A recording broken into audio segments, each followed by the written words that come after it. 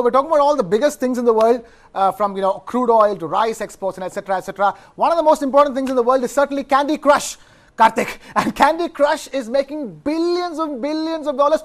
$20 billion Candy Crush is made. Tell us what's going on over there. So Krishna, I mean, any news about Candy Crush, anytime you read this in the papers, the mind races back to about 10 years ago when, night shifts, doing edit, you're sitting on Facebook and you're sitting and playing a game like Mafia Wars and Candy Crush like zombies because you want to stay awake. But yeah, I mean, people like us, a lot of people like us, almost 5 billion people like us have actually played and admired Candy Crush over the last 10-11 years of its existence since 2012, and it has finally, the company has touched that milestone of $20 billion in revenue. Now imagine this, $20 billion,